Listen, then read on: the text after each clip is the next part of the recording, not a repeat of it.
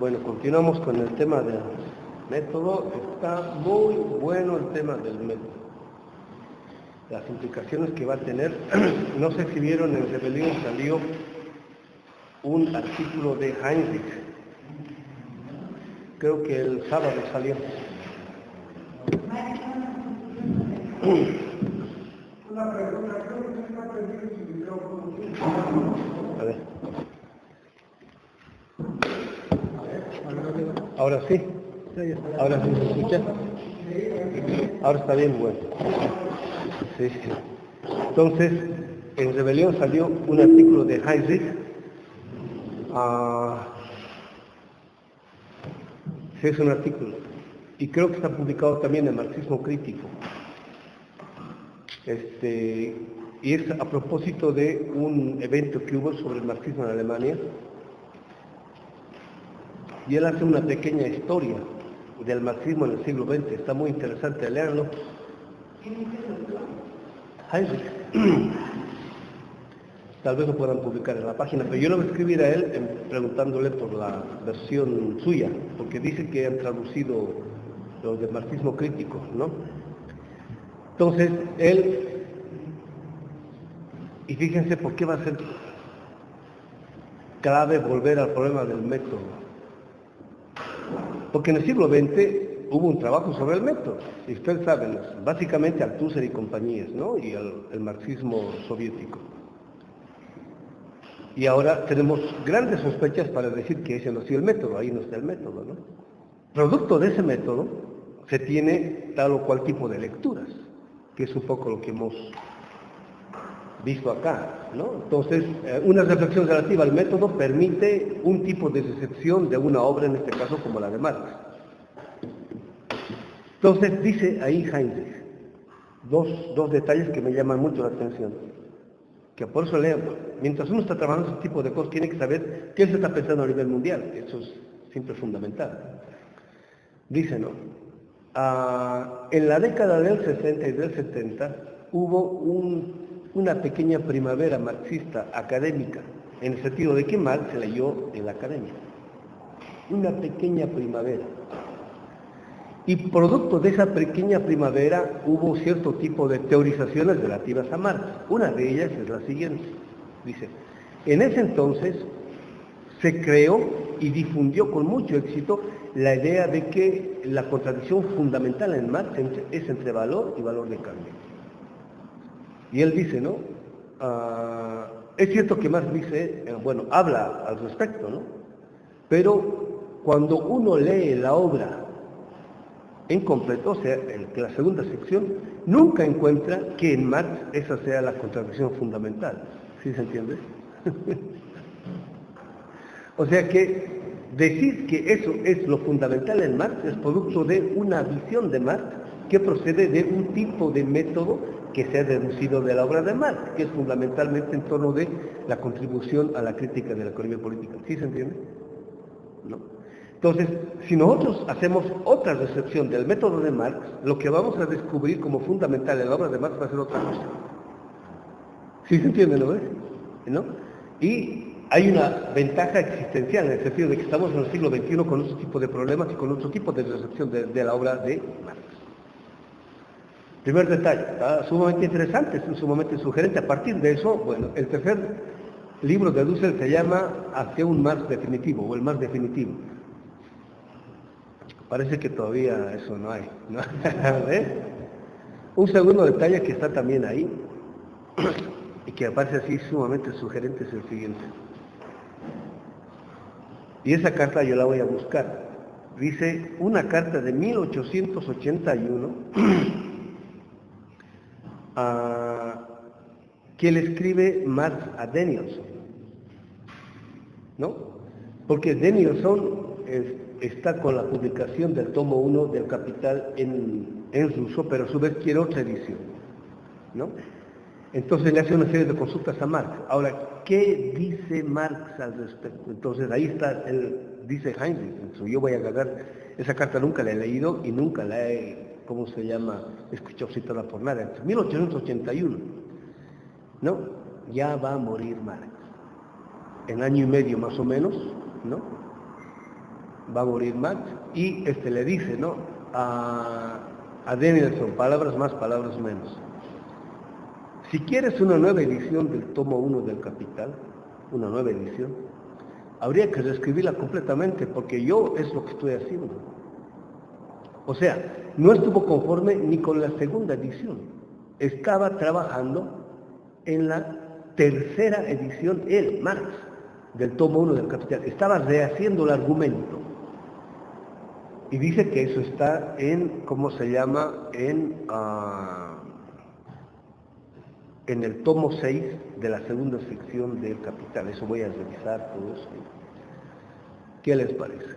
Entonces, si fuese así, se sostiene lo que dice Hinkeland, en el sentido de que el tomo 1, que es lo que ha publicado Marx, no publicó el tomo 2, el tomo 3, entre el 67 y el 83 son casi 15 años. Él estuvo trabajando, pero no los publicó, y pudo haberlos publicado. Pero él estaba preocupado con el tomo 1, que es lo que había publicado.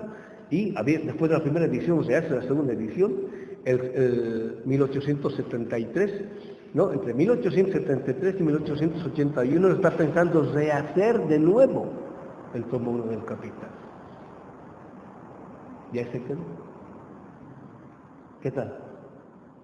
¿No? Entonces, esas cartas hay que, y por eso le digo, ¿no?, sistemáticamente están publicadas las cartas en el Mega hasta 1867.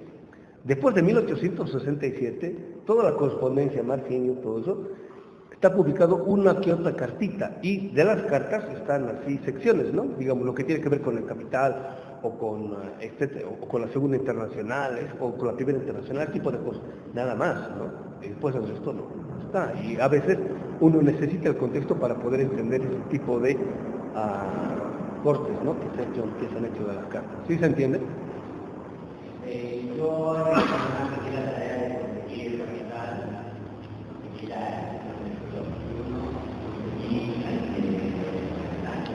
¿La de qué? ¿En físico o en...? ¿Pero en físico o en PDF? Ah, sí, hay en internet el PDF, el tomo 1 y el 2.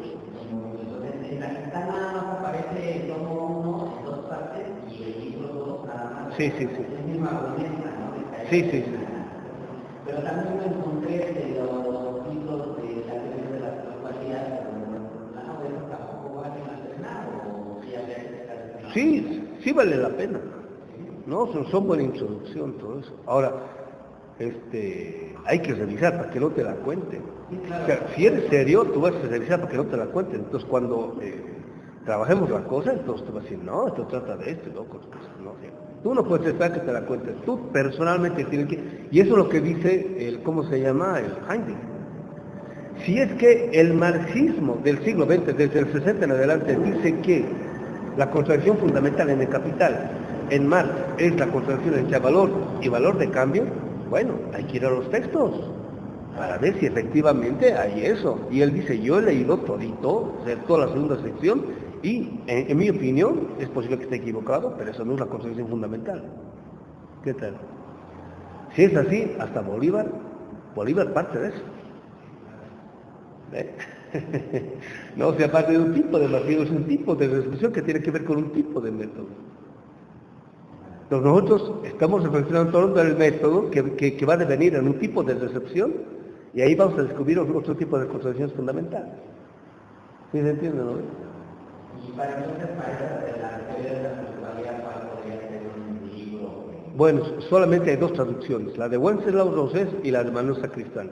Yo quisiera la de Manuel Sacristán. A un alumno él le dije, ¿no? Consígueme por Manuel Sacristán los Grundis, la teoría de la pluralidad y el Capital. Y está buscando ahí con los libros viejos, ¿no? Igual, para que no me la cuenten, ¿no? ¿No? Hay ediciones anteriores a la de, ¿cómo se llama?, del Fondo de Cultura Económica, pero no me parecen confiables. Yo los he visto en Bolivia, ¿no? Están como en 7, 8 volúmenes, pues chonchonones así, y no me parecen muy confiables. Y además, los traductores es gente que, digamos, no conocía bien la obra de Marx, ¿no? Entonces, Los del fondo, los del siglo XXI y los de Sacristán, los de Grijalvo, ¿no? Ahora, yo no conozco la verdad la edición de acá, yo la he visto ahí, ¿no? Pero o sea, yo no la he revisado, ¿no? Entonces habría que revisar también, otra vez para que no te la cuenten, ¿no? Porque no estamos en lengua hispana. Sí, porque también me conseguí el capital en el lado, nada, pequeñas comparaciones entre el capital, la del siglo XXI y el fondo de economía, y esta que aparece en el momento. Sí, claro. Y ahora, digamos, cuando aparecen contradicciones fuertes hay que irse al original. En el original, entonces ves, vas al diccionario, ves la palabra, en contexto, todo eso, entonces ya más o menos puedes orientarte al sentido de la traducción, ¿no?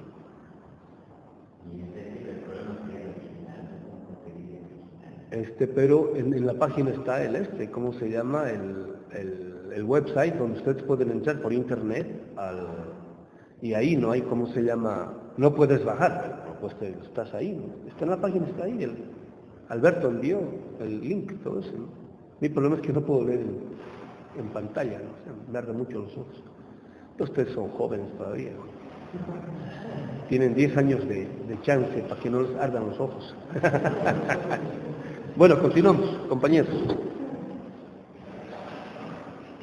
Sí, se interesante la cosa, ¿no? O sea, no hay más definitivo. Todavía. Es posible que haya, pero todavía no hay más definitivo. Entonces, habíamos quedado en la página 21, ¿no? Más o menos, ya, casi al final, a la famosa esa cita, ¿no? ¿Dónde no está esa cita? Lo concreto es concreto porque la síntesis de múltiples determinaciones, por lo tanto, unidad del universo. Ahí hemos llegado, ¿no ve o no? Compañeros, ¿ya ve? ¿No? ¿Cuántas veces nos habrá citado eso? 1000 veces, debe ser poco. No solamente en libros, sino también en artículos, en tesis, en ensayos, ¿no? Y hasta en las discusiones, muchos repetían de memoria eso, de wow, esa verdad. ¿No? Entonces, hay dos tipos de concretos, dos tipos de totalidades, ¿no? Es lo mismo, solamente que es una forma distinta de llamarlo, ¿no? Totalidad concreta. Entonces, todos partimos de una totalidad vaga en general, ¿no? Confusa, ¿no? Donde uno no sabe cuál es el tipo de la generalidad que hay entre las determinaciones. Igual al principio, ¿no? Quizás son formas de llamar a lo mismo, ¿no? Lo concreto, pero ¿cómo se llama igual? Sin entender qué pasa, o sea, todo un tipo de información. Supongo lo que ponía el ejemplo, ¿no? Que alguien llega por primera vez a México, ¿no? Y no entiende un montón de cosas, está en México y está frente a la totalidad llamada México, ¿no?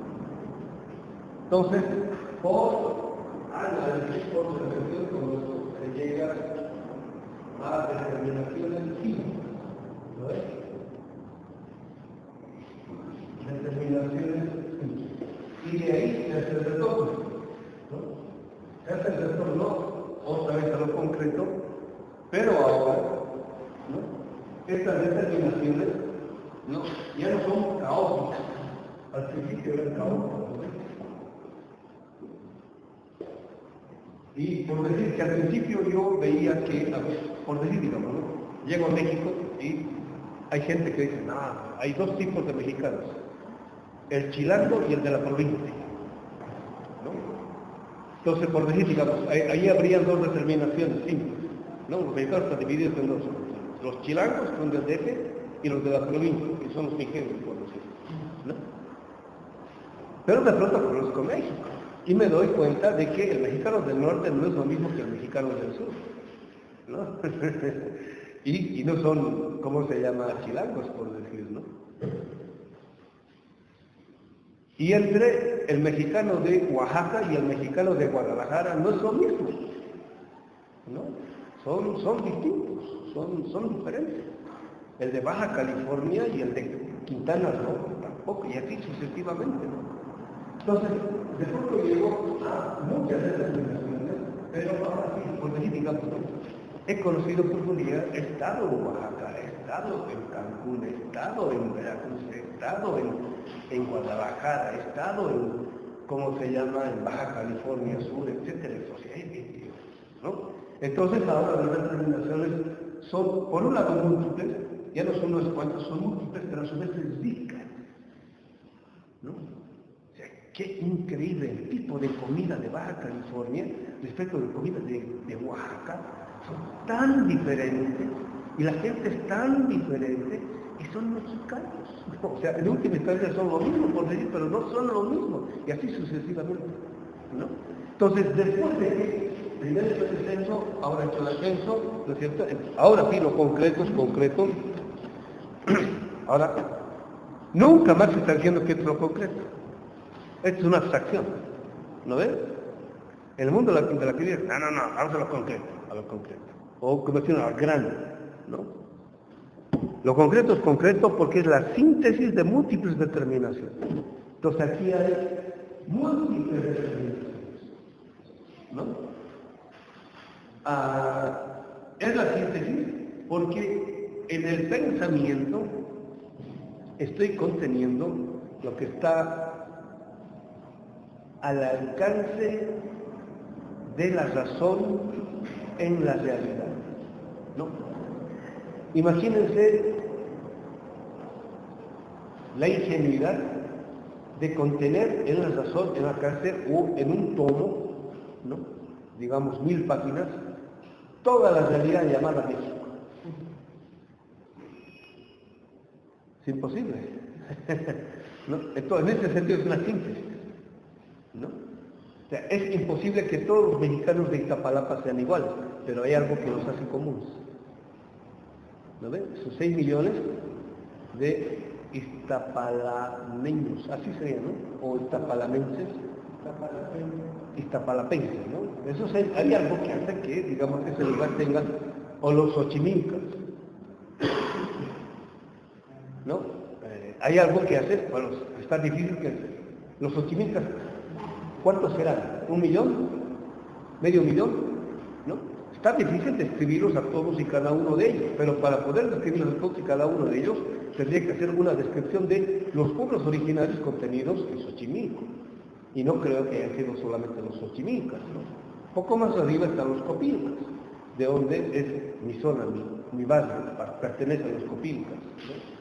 Y no es lo mismo que los, ¿cómo se llama?, xochimilcas, y así sucesivamente. Está difícil, por eso es simple. El concreto está representado en simple. ¿Sí se entiende?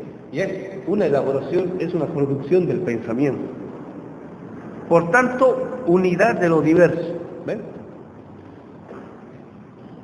Solamente quien no conoce México puede hablar de México en general y pensar que eso es verdad, ¿no? Entonces, quien vive acá, y no de modo vegetal, sino de modo más o menos consciente, sabe que no somos lo mismo, o perdón, no son lo mismo, ¿no? Por eso esta rivalidad entre los Chivas y el América, ¿no? Entre los del fútbol americano de aquí, del Instituto Politécnico, y de los Pumas de la UNAM, hasta se pelean, se dan trompazos, un poco, se matan, etcétera, etcétera, ¿no? Entonces, sabe que, ¿cómo se llama?, lo que existe es diversidad, ¿no? Pero si se habla del grito del 14 de septiembre, toditos son bolivianos, digo mexicanos, al grito de guerra, ¿no ven? Si en ese momento, digamos, hay algo que, digamos, cohesiona, entonces hay uno, en lo concreto se expone esta síntesis, esta unidad de lo diverso. Pero ese es el resultado. Aparece en el pensamiento, ¿no? Ahora, ¿qué quiere decir aparece en el pensamiento? Es producto de un tipo de trabajo, en eso va a insistir mucho Marx, ¿no? Es parte del proceso de producción, en este caso de la toma de conciencia, de una forma en concreto, ya sea de cultura y de civilización. ¿no? En el sentido de, no es que yo me siento, ¿no?, en un sofá o en un, ¿cómo se llama?, en un cubículo, algo así, me pongo a pensar que es México y de pronto, por iluminación, me llega, no es eso. Entonces voy, conozco aquí, conozco allá, ¿no? Leo, discuto con la gente, presento trabajos, me contradicen, tengo que revisar, es producto de todo eso, 20, 30, 40 años como para poder escribir un libro decente sobre lo que sea México hoy, ¿no? Entonces aparecen, pues con producto de todo ese resultado, aparece en el pensamiento como proceso de síntesis, ¿no? O sea, todo lo grande y enorme se sintetiza, es un proceso sintético, como resultado, ¿no? Entonces, esto, en segunda instancia, es resultado. En el momento del a partir, aquí, en el momento del a partir, digamos que sería ¿no? En el momento del a partir del presupuesto, pero retorno a ello, ¿no? En el momento 2 es un resultado, ¿no?, al cual arribo como resultado, no como punto de partida, aunque sea el verdadero punto de partida, ¿no? Antes de saber lo que sea México, estoy en México, es el punto de partida, ¿no? Independientemente de que yo sepa que esto es o no México, sigue siendo el punto de partida. Y después de eso me entero de que sea México y no sé ni por qué se llama México. Sigue siendo el punto de partida, ¿no? Pero es el punto de partida ingenuo, ¿no? Entonces, arribo a ello, pero ya producto de una toma de conciencia. Y en consecuencia, el punto de partida también de la intuición y de la representación. Entonces, ¿se acuerdan que la entrevista que hago de la fenomenología? Aquí está la razón, aquí está la autoconciencia,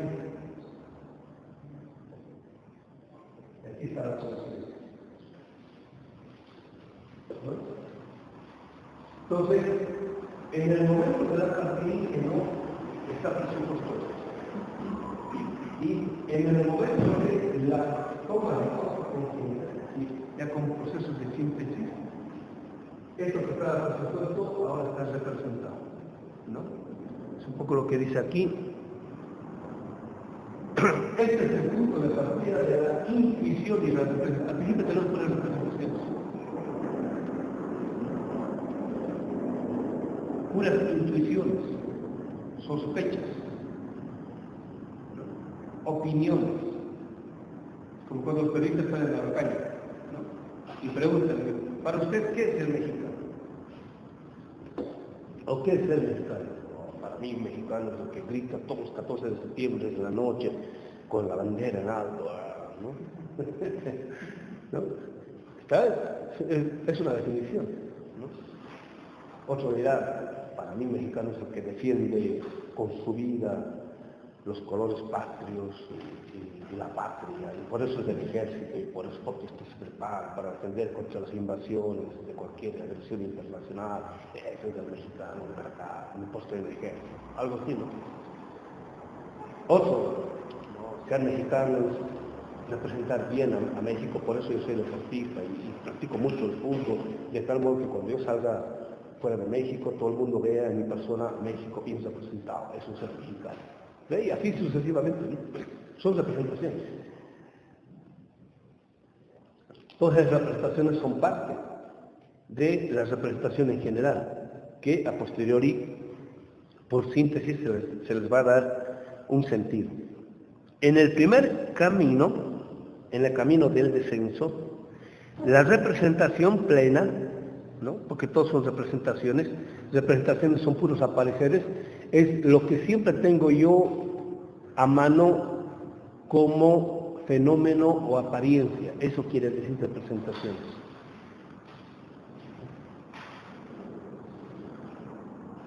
En el primer camino, la representación plena es volatilizada.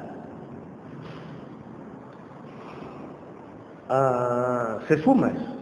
¿no? Es un poco lo que, hasta antes del Chavo del Ocho, en América Latina o en América del Sur, se pensaba que el mexicano era un tipo vestido como los de Guadalajara, con el sombrero ancho, ¿no? Con cinturón así grande, con caballo y tomando tequila. Ese era el mexicano.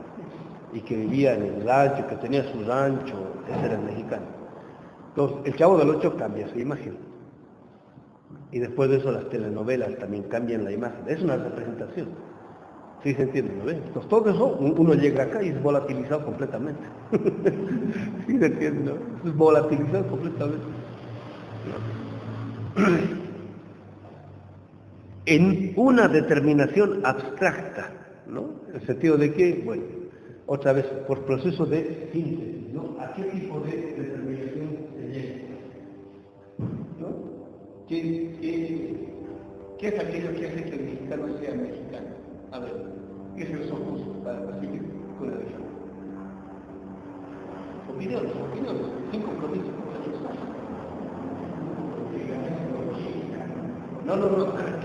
No, del mexicano como tal, o sea, tú como persona. ¿Qué es aquello que hace del mexicano? Mexicano. Por ejemplo, o sea, nadie habla así, por decir, digamos, eso podría ser, esa es una representación como determinación abstracta. O sea, cualquier persona podría decir, yo soy mexicano, y si no habla como mexicano, pues no es mexicano, ¿no ves? Sí, se entiende, ¿no ves? Está, por ejemplo, es otra determinación simple, abstracta. Sí, sí, sí. Por ejemplo, ¿no? Digamos, en Estados Unidos los inmigrantes latinos se destacan entre los inmigrantes latinos, los peruanos y los mexicanos. ¿Por qué? Porque son los quienes mejor beben cerveza, en más cantidad, disputan quién bebe más cerveza, ¿no? Entonces, si es mexicano es un buen bebedor de cerveza, igualito que el peruano, por decir. Si es mexicano, qué cerveza.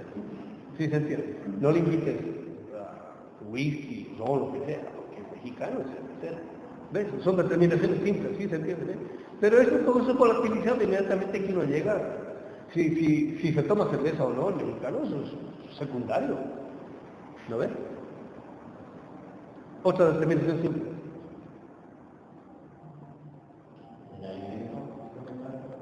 Por ejemplo, digamos, ¿no? Si es mexicano, pues come taquito al pastor, o come taquitos, por decirlo. Entonces, si no come taquitos, es porque no es mexicano. Es otra determinación simple. Y alguna vez en su vida un mexicano siempre ha comido taquitos, aunque no sea el único que coma, por decir, pero sí sabe lo que es. Entonces, cuando me llevan afuera, o cuando estoy afuera y me quieren llevar a comer comida mexicana, comida mexicana en México, ahí están los taquitos de verdad. Los demás son meras imitaciones, meras mimes. ¿Lo ves? Sí se entiende, ¿no es? ¿No?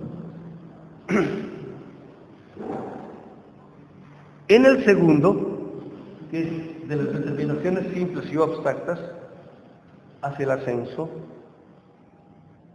las determinaciones abstractas conducen a la reproducción de lo concreto por el camino del pensamiento. ¿No? Entonces ahora, producto de la investigación, ya sé lo que es México.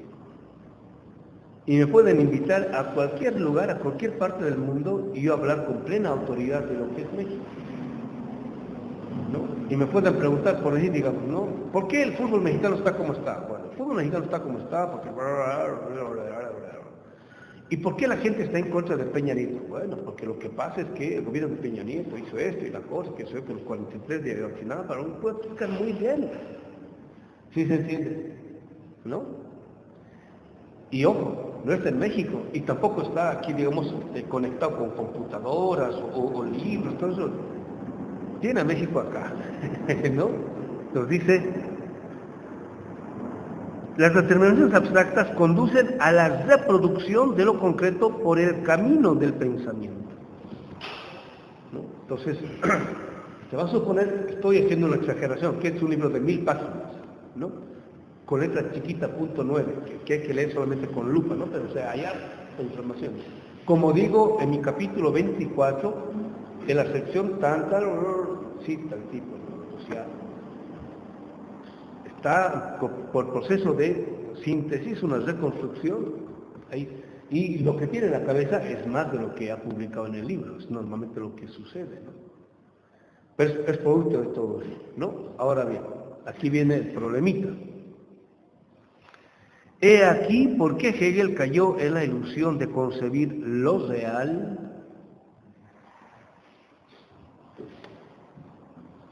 para Hegel. El modo como en la realidad se dan las determinaciones que yo cómo están funcionando y donde y cuando uno no conoce, como sería acá, eso no es lo real. Es como así, digamos, ¿no? Uno llega por primera vez acá, está con el control. O sea, no sé. Cuando está acá, ¿no? Dice que esto es lo real. Y eso es producto del pensamiento. O sea, ese sabe dónde está parado, porque conoce, ha estudiado. En cambio, quien no ha estudiado, no es de la universidad, no ha hecho filosofía, así como en Hegel, no conoce, no sabe dónde está parado, ¿no? Ese está en proceso de. Y por eso se lo puede engañar fácilmente, por eso se puede equivocar fácilmente, no está en lo real, aunque esté en la realidad. ¿Sí se entiende? He aquí por qué Hegel cayó en la ilusión de concebir lo real como resultado del pensamiento. Ahora bien, esta es la discusión. Dicen los hegelianos, bueno, están los hegelianos de izquierda y los hegelianos de derecha. Lo que dice Hegel en parte es cierto, en parte, sí, entre comillas, en parte. En el sentido de, no tiene sentido que yo esté en relación con esto si es que yo no sé para qué sirve esto, o cuál es la esencia de esto. Entonces, si yo estoy en relación con esto de modo ingenuo, estoy en lo ideal.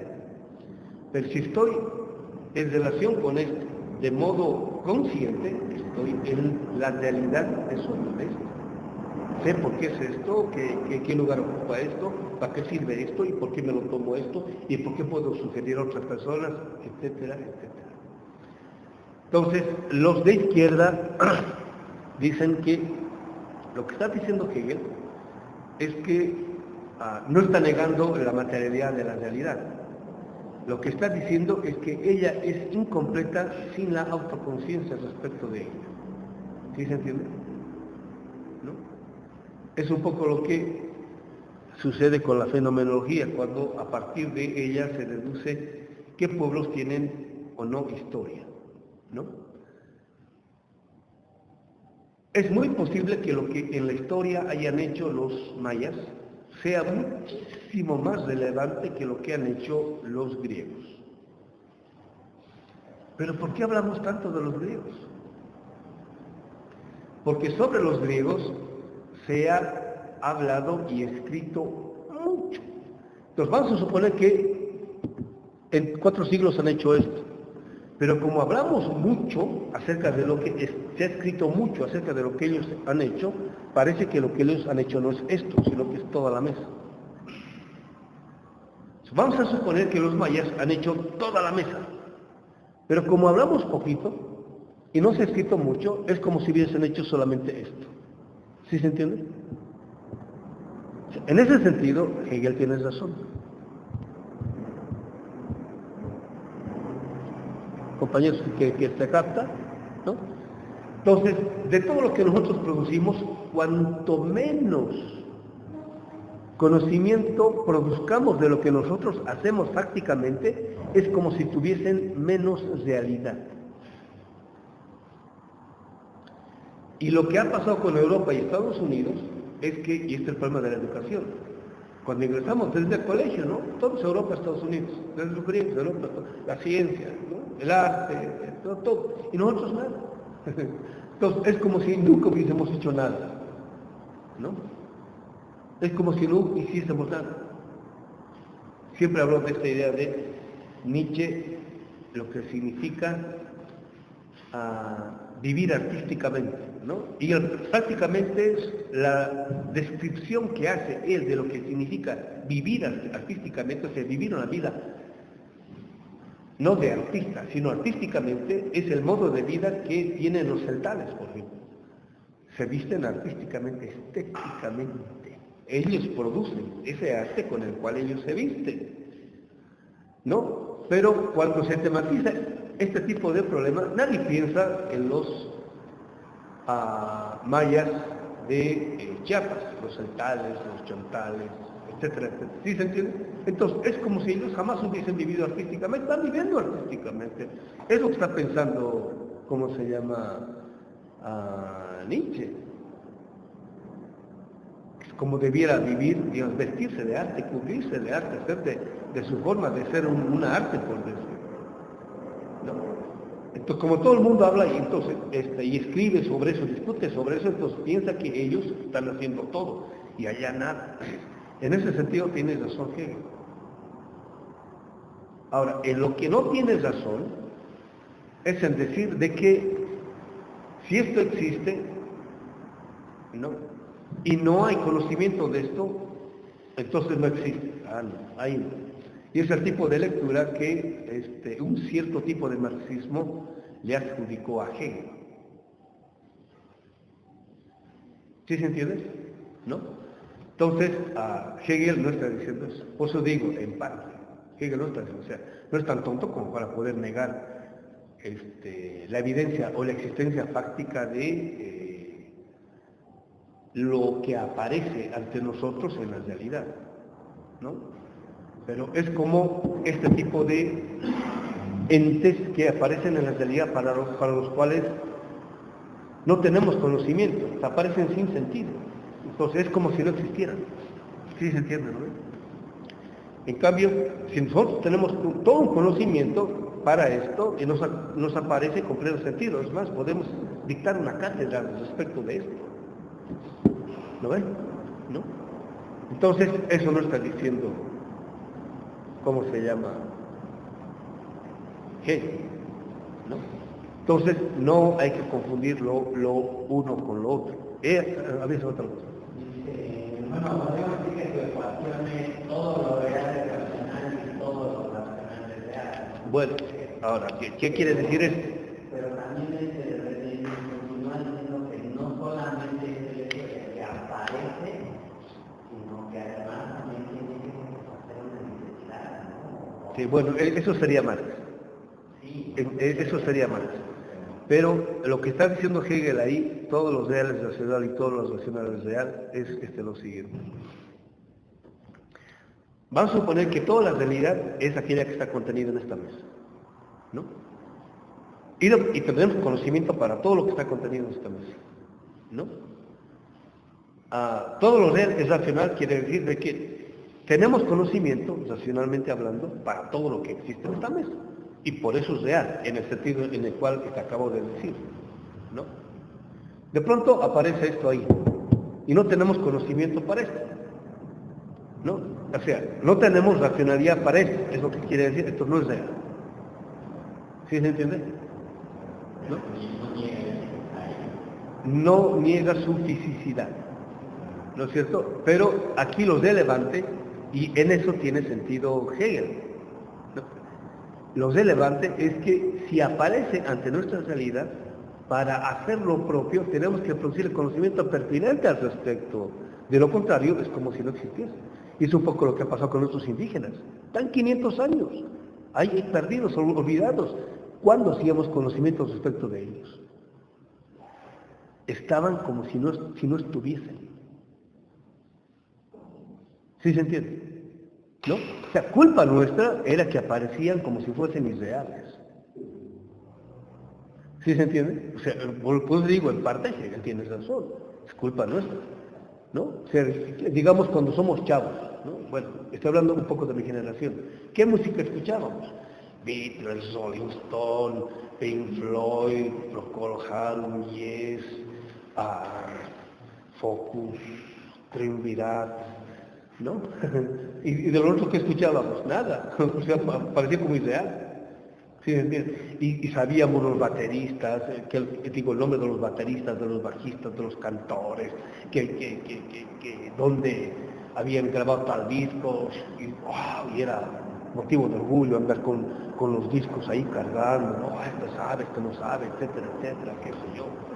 ¿No? Y de la realidad, y de nuestra realidad que se aparecía como irreal. O sea, eso era real. ¿Sí se entiende? ¿No? Y es parte de la colonialidad, ¿no?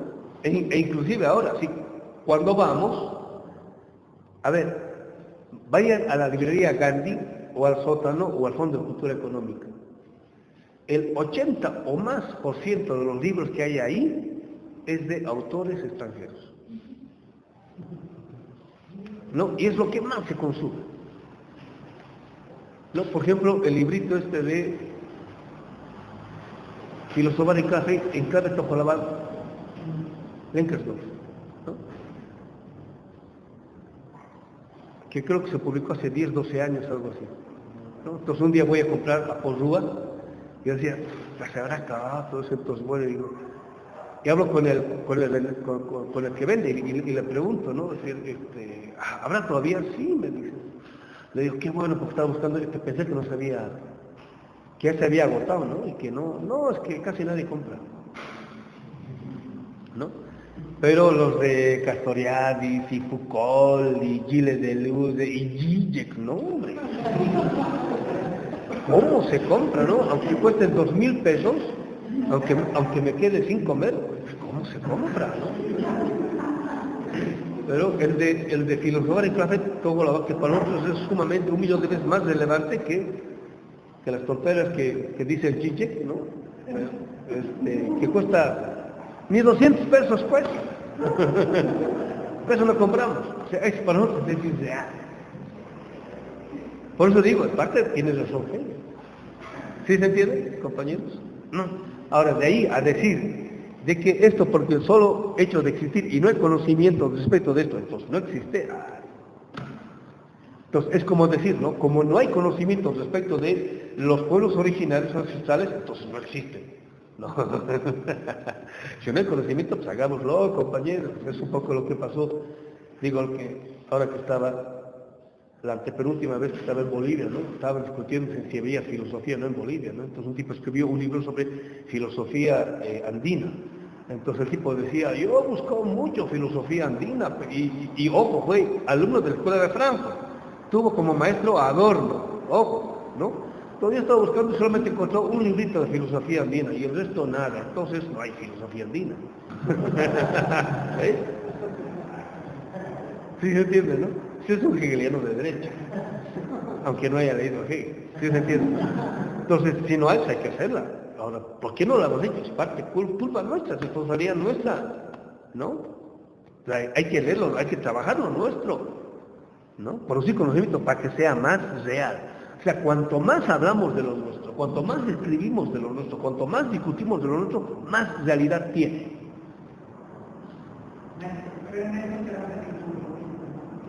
Claro. ¿Perdón? El descubrimiento del silencio, ¿no?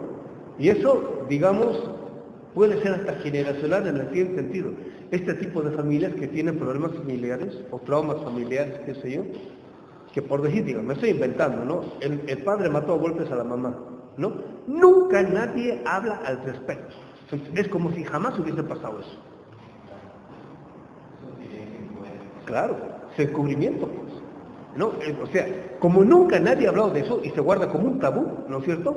Entonces es como si no hubiese sucedido. Y por decir, digamos, ¿no? Porque lo he negado, entonces ya no ha pasado. No, ha pasado. Y para eso sirve la teoría del fetichismo y nos afecta, ¿no? Y ahí surge el fenómeno de la represión. Nosotros nos imponemos a no hablar de eso, ¿no? Y Quinquelana se refiere al respecto, ¿no? Y eso al final vuelve, y cuando vuelve como una pedrada, ¿no? Vuelve con traumas, vuelve con esquizofrenia, vuelve, etcétera, etcétera. ¿No? Pero también como esos argumentos para la tierra vacía. ¿Cómo? El argumento que daba para las conquistas sobre la tierra vacía. Exactamente. Es la negación sistemática, ¿no? No hay nada, es tabula rasa, res extensa. ¿No? Existe, ¿no? Entonces, no es que no produzco conocimiento para lo nuestro, sino que niego sistemáticamente siquiera la posibilidad de conocimiento para lo nuestro. ¿No? Y eso obviamente ya no es Hegel, eso es la teoría del fetichismo de Marx. ¿No? Estamos yendo hacia eso. ¿Sí se entiende? ¿Claro? Sería así como los que estudian las identidades, por ejemplo, en ciertos poblados, que a partir de que encuentran ciertos tipos característicos como la vestimenta, que a lo mejor se ha perdido, la lengua y demás, consideran que ya no son, por ejemplo, más aztecos, o un teco, o algún tipo de identidad físico, porque ya no cuentan con esos tradicionales, entonces ya no son. Pero si partimos a partir de lo que ellos están diciendo, de por qué sí son, entonces no sería necesario hablar de que necesitan ciertas cosas para considerar ese tipo, ¿no? Claro. Aquí sería el problema de las determinaciones, ¿no? ¿Qué tipo de determinaciones son las constitutivas? Si la ropa o la identidad, por decir, ¿no? O si es que la ropa sea a la identidad. Por ejemplo, el Evo hacía una reflexión respecto de los mineros cooperativistas, ¿no? En Bolivia, hasta hace poquito, el minero era el símbolo de las luchas revolucionarias, libertarias en Bolivia. Y ahora es al revés, ¿no? Se han aburguesados, ¿no? Entonces, como los cooperativistas se han vuelto empresarios. Y empresarios de los cabrones, o sea, no, porque hay empresarios y empresarios, ¿no? Entonces, cuando van a las reuniones sindicales o manifestaciones, en una bolsita llevan el casco, ¿no? Ellos están vestidos normal, el casco lo llevan, el casco de minero, que lo llevan ahí. Entonces, cuando van a entrar al edificio, sacan y se lo ponen en el casco, entonces, digamos, se disfrazan, por decir, ¿no? Que de minero. Terminan la reunión, salen y se quitan el casco, otra vez lo ponen a la bolsita, ¿no? ¿Sí se entiende, no? Entonces ahí a la identidad hace la ropa o el vestido, ¿no? En mis tiempitos los estudiantes revolucionarios se vestían de obreros, o en este caso se disfrazaban de obreros, ¿no? Para aparentarse revolucionarios, etcétera, etcétera. Entonces, ahí sería el problema de la determinación simple, ¿no? Que es aquella, la constitutiva, por decir, ¿no? Y hay mucha gente que opta por vertirse a la moderna, por decir, no por cuestiones de moda, sino de discriminación. Porque si está vestido, digamos, a la usanza tradicional, inmediatamente aparece como discriminado, por decir, ¿no? Y si se disfraza de moderno, pues ya no aparece discriminado, por decir. Es un poco lo que pasaba con la gente inmigrante en Bolivia en la década del 60, ¿no? No hablaban para nada aymara y a sus hijos o quechua, no les enseñaban, ¿no? Porque era sinónimo de discriminación. Cualquiera que habla, y ya estaba, ¿no? Entonces, si no hablaba y hablaba solamente el español y bien, no, está bien, adelante, ¿no? Pero digamos, internamente se seguía guardando la identidad. He aquí por qué Hegel cayó en la ilusión de concebir lo real como resultado del pensamiento que, partiendo de sí mismo, se concentra en sí mismo, profundiza en sí mismo y se mueve por sí mismo, ¿no? Porque, por decir, digamos, ¿no? Esta operación debe ser ascenso en este caso. Es una operación que hace el sujeto en sí mismo, parte de sí mismo. Se tematiza a sí mismo, se complejiza a sí mismo, se determina a sí mismo, se conoce a sí mismo, ¿no? Y al final llega a todos esos procesos, ¿no? Es algo que ha hecho porque ha querido ser, ¿no? Es un poco la respuesta a la pregunta o a este lema de Kant, atrévete a pensar. Entonces es el sujeto que se atreve a pensar, ¿no? Entonces va a estudiar, se forma y al final produce un conocimiento propio para todos. Digamos, sería el sistema de Hegel, ¿no? Y esto lo habríamos hecho nosotros. Y por eso seríamos inferiores, ¿no? Y filosóficamente, bueno, recién estaríamos en la posibilidad de poder hacer esto nosotros respecto de lo nuestro, ¿no? Por decir, a ver, una obra filosófica mexicana comparable a la fenomenología del espíritu de Hegel, en el cual el resultado sea lo mexicano. ¿Cómo es, compañeros? Ni en México ni en América Latina, ¿no? En ese sentido tendríamos un déficit de autoconocimiento, y por eso el problema de la identidad es problema, que todavía no sabemos lo que somos. ¿Sí se entiende? Y por eso seríamos inferiores. Y los europeos han producido eso, los norteamericanos igual, entonces saben lo que son, saben dónde están, ¿no? Entonces, como nosotros no hemos hecho eso, todavía no sabemos lo que somos ni sabemos dónde estamos. Seguimos en el ontoy existencial.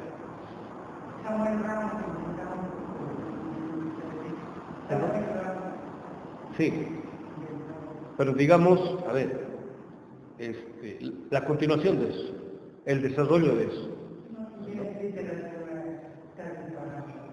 Cuando yo estaba estudiando la licenciatura en filosofía a principios de la década del 90, había una materia que se llamaba filosofía en México. Yo me acuerdo, a los alumnos, literal, ir a esa clase les daba huevo. Lo que prefieren, filosofía griega, románticos, filosofía moderna, ¿no? Pero ir a eso.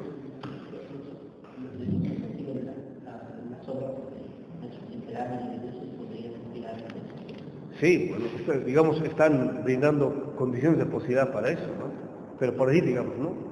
El problema del mexicano es un problema, ¿no? No es un problema del mexicano, es un problema latinoamericano, del tercer mundo y en última instancia humano. Pero hay ese conocimiento.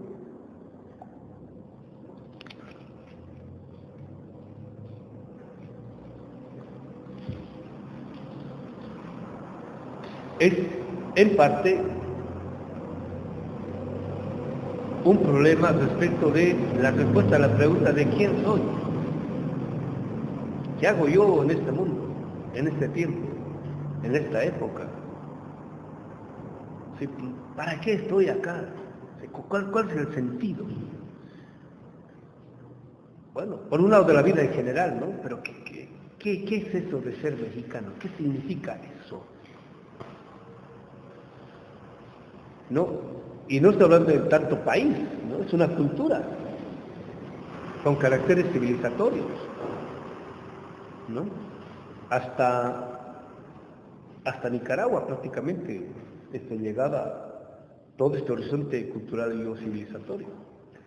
Y hasta Aztlán, hasta el norte, hasta California, todo California era México, ¿no?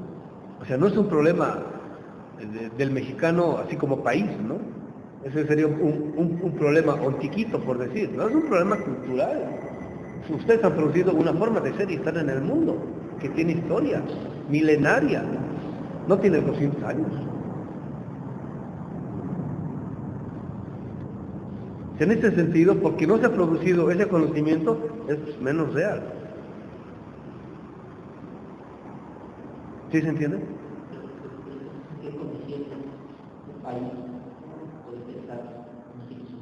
Sí, pero ahorita no está hablando de tanto país. Porque si estaría hablando de tanto país sería estos 200 años. Si usted dice un problema histórico-cultural, casi milenario, de eso usted habla. Y esto en tanto país, pues, está diciendo que sería un problema antiquito. Sería ridículo por decirlo, ¿no? Es un problema que viene desde antes de la colonia, desde antes de la conquista. De eso está cargado la identidad y el ser del mexicano.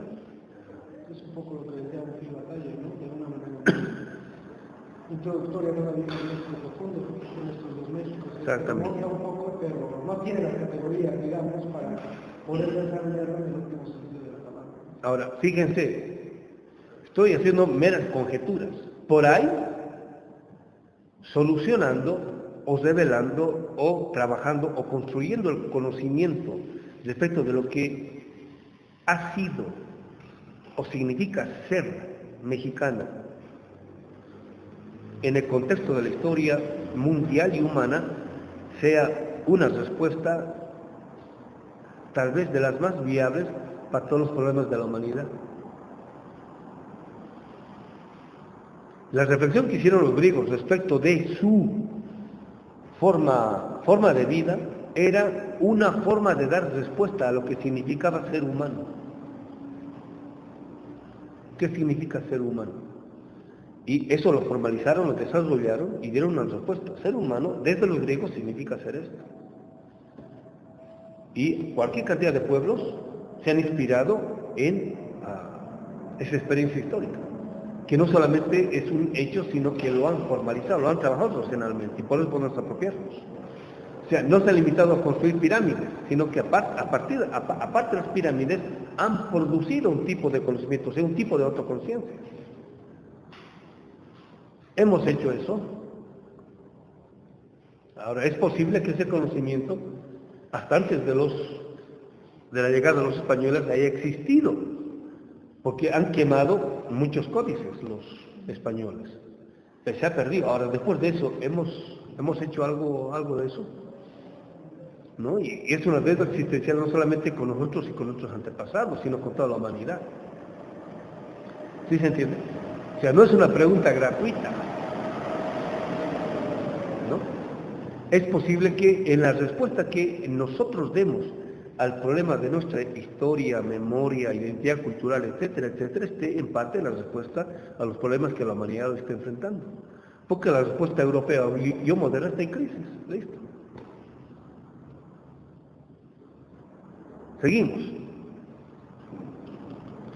Mientras que el método que consiste en elevarse de lo abstracto a lo concreto, otra vez, ¿no? Esto es la determinación simple, ¿no? Es lo abstracto porque está separado del todo de la realidad. Lo estoy tomando en sí mismo, eso quiere decir. ¿Sí se entiende? Eso está bien claro. El método que consiste en elevarse de lo abstracto a lo concreto. De lo abstracto es lo concreto. En el caso de la fenomenología, la conciencia a la razón. En el caso de la ciencia analógica, ¿no? De la doctrina de ustedes, la doctrina de la ciencia y la doctrina de la ciencia. Entonces, aquí está el problema de la autoconciencia de la modernidad, ¿no? ¿Cómo se produce eso? Aquí el problema es cómo se conoce el conocimiento con el cual se ha conocido. ¿Sí me entienden? En ese sentido es una respuesta universal. ¿Cómo conocemos ese acto que se llama conocer? ¿Qué es la toma de otro conocimiento? Es aquí en donde se realiza el valor del método. ¿En qué sentido? Cuando yo soy capaz de exponer cómo es que he producido tal o cual tipo de conocimiento.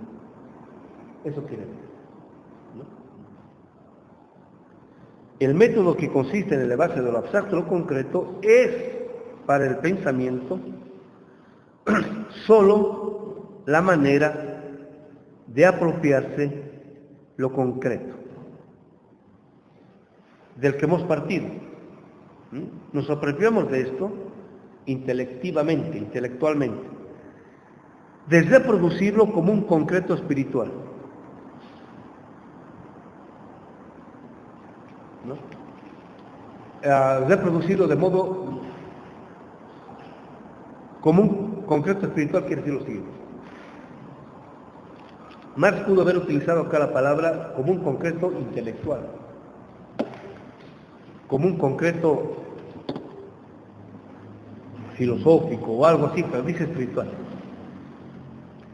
Una cosa es hacer una reproducción de lo concreto como determinaciones fijadas, ¿no? Fijas. Por decir, digamos, ¿no? A ver.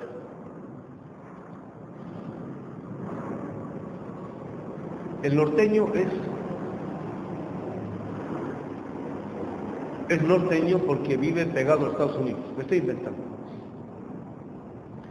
Ha sido eso y solamente va a ser eso y nada más que eso. Eso sería una forma de fijar, ¿no? Comparto sus tacos. Cuando dice Marx, es solo la manera de apropiarse lo concreto, de reproducirlo como concreto espiritual, quiere decir eso, esa determinación o esas determinaciones en movimiento. Lo primero sería un collage de fotografías. Lo segundo es la película, siempre en movimiento, mostrando esa relacionalidad interna a todo lo que acontece y o sucede. ¿Sí se entiende? El problema es un poco lo que les decía una de las sesiones anteriores, en el modo como es que se conoce algo. En la modernidad nosotros, cuando agarramos a una persona, a un individuo, a un sujeto, lo pensamos siempre de modo abstracto. Siempre de modo abstracto quiere decir de modo aislado, ¿no? Entonces por decir, digamos, él, en tanto que él, solamente él y nada más que él, ¿no? Entonces, no lo pensamos como una síntesis del tipo de relaciones que hacen que él sea. Entonces, el modo como Marx está tematizando al individuo no es el individuo en tanto que individuo, y solamente él y nada más que él, no. Él es en relación a todo tipo de relaciones en las cuales él está sumergido, que hacen que él en determinado momento sea lo que él es. ¿Sí se entiende?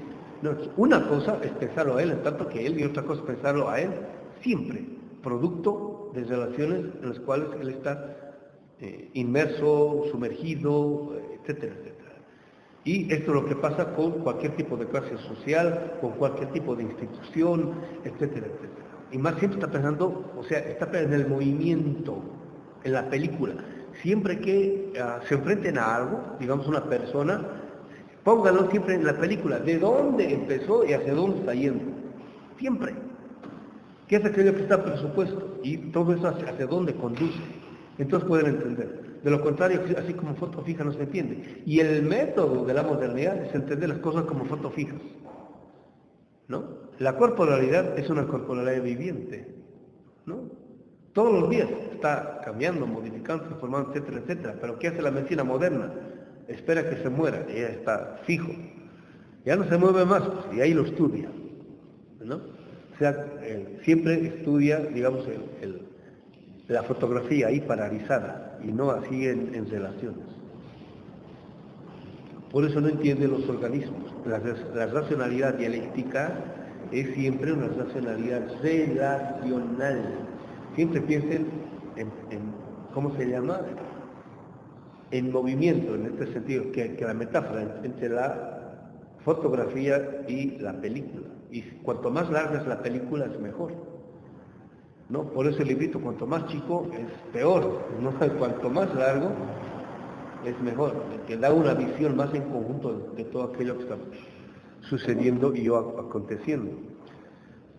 Pero esto no es de ningún modo el proceso de formación de lo concreto mismo, ¿no?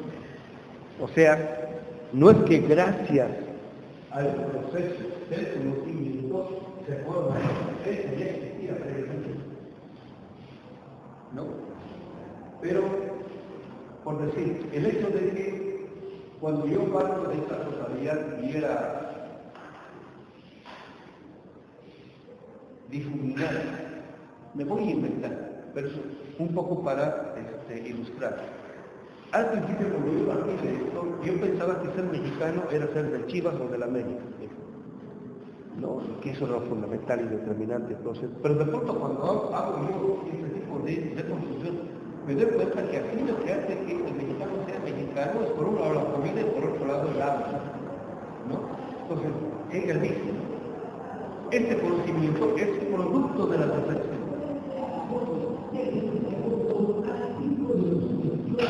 Y este conocimiento es producto de la representación, o sea, del pensamiento ingenuo, ¿no? Y esto es falso. Lo verdadero es producto de la representación,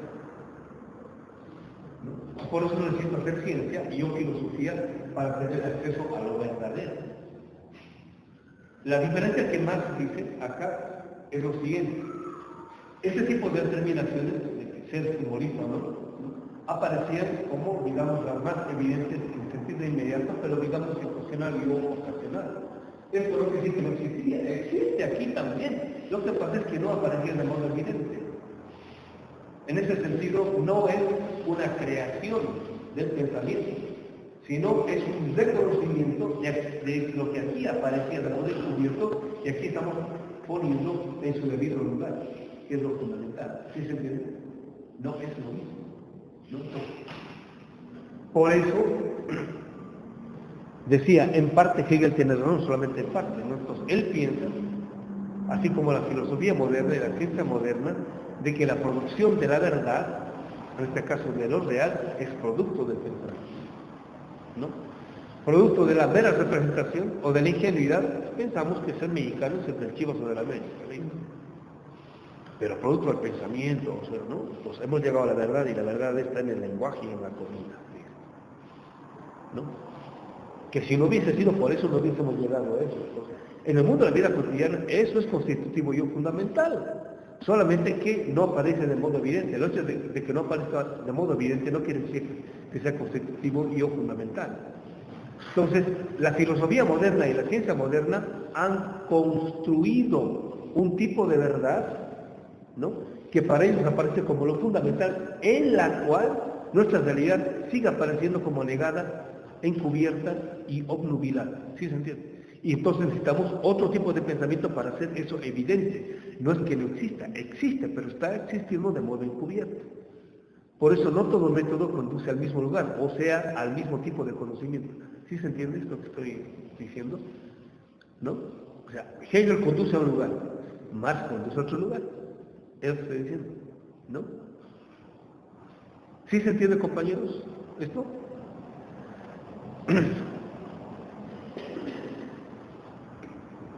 Esto no es de ningún modo el proceso de formación de lo concreto mismo.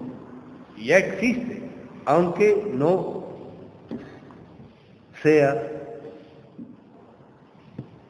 lo más evidente. Por ejemplo, la categoría económica más simple, por ejemplo, el valor de cambio, ¿no? Es una, a partir de aquí va a empezar a poner cualquier cantidad de ejemplos para poder ilustrar lo que está diciendo él, ¿no? El valor de cambio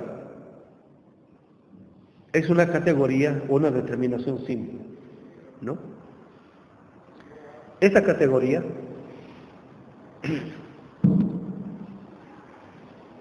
vamos a poner aquí valor de cambio, ¿no? Es una determinación simple, ¿no? Pero en ella está contenida, acá dice Marx, está contenido, por ejemplo, la población, de lo cual había partido, ¿no? Entonces, se parte la producción, se parte la población, etc.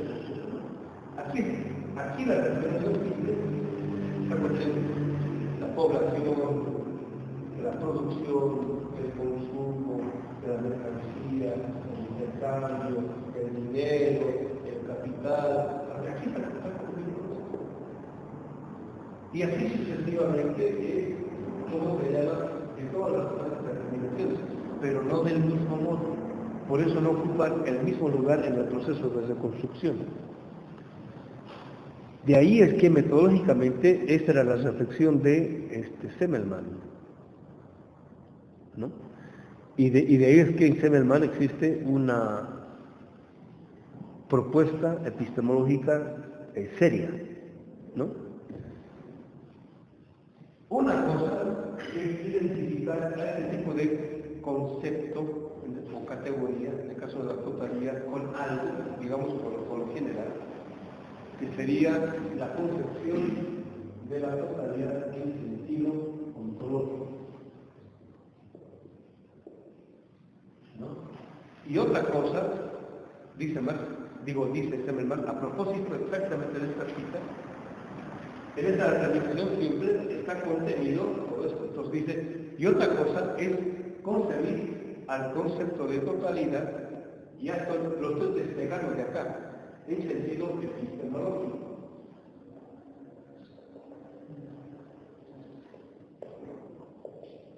aquí la función del concepto de totalidad es para reconocer algo en general,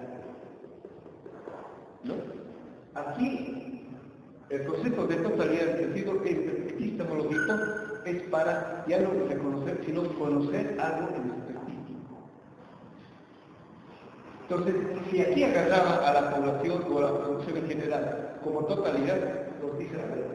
Voy a agarrar el concepto de esta determinación simple como valor de cambio ahora como totalidad, ¿no? Para ver qué es aquello que está contenido como contenido en este tipo de concepto y epistemología. ¿Sí se entiende? Es un recurso epistemológico, ¿no?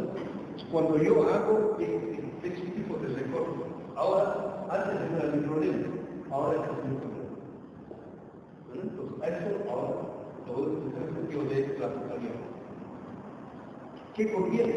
¿No? Entonces está diciendo más, presupone la población, la producción, entonces por eso se habla de una totalidad o unidad orgánica. Y por eso el problema de la síntesis. En México, en la economía mexicana, en síntesis está el mercado mundial. Pero no está del mismo modo que en los Estados Unidos o en Alemania. En Alemania también está el mercado mundial, pero no está del mismo modo como está en México. ¿Sí se entiende? Por ejemplo, uno de los platos favoritos, y que mucha gente lo dice en Alemania, que es típico de Alemania, es el Kartoffelsuppe, la sopa de papa. Pregunta, ¿la papa es alemana? Pues respuesta, no, es andina. ¿No? Entonces, ¿cómo se llama? Por el proceso en la última clase, Dussel estaba explicando cómo es que, en parte, el capitalismo en el siglo XVIII-XIX termina de convencer a los campesinos de por qué es mejor irse a la ciudad, ¿no? Entonces, en el campo, el campesino sabe lo que significa producir y consumir la carne, ¿no? Entonces tiene que criar al ganado, darle de comer, ¿no? No es fácil. O sea, al ganado hay que darle de comer 3 veces al día, todos los días. Ahí no hay feriado. Hay que darle de beber igual, 3 veces al día, todos los días. Así no, así. Parece una servidumbre, ¿no?